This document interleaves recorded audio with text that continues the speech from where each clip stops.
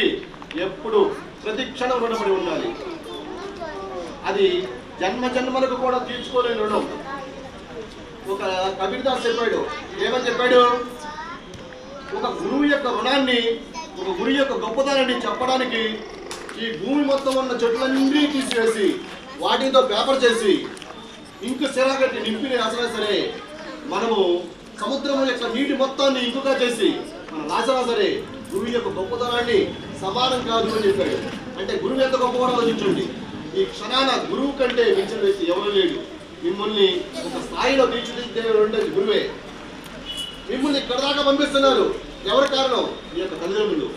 మీ యొక్క తల్లిదండ్రుల యొక్క రుణాన్ని ఎన్ని జన్మలు ఎత్తున్నా సరే మీరు తీర్చుకోలేరు. అలా తీర్చుకోలేని రుణం ఏముంటుందంటే మీ తల్లిదండ్రులకి. కాబట్టి మీరు జీవితాంతం రుణపడి ఉండాల్సిన మీ తల్లిదండ్రులకి, అదేవిధంగా మీకు విద్య చెప్పిన గురువులకి. ప్రతి క్షణం కూడాను వాళ్ళు చెప్పిన మాటలు వెళ్ళి చక్కగా ఆచరిస్తే మీ యొక్క జీవితంలో మరింత ముందుకు పెడతారు. వెళ్ళాలని కోరుకున్న ప్రతి ఒక్కరు కూడాను ఏం చేయాలి? పెద్దల మాట వినాలి.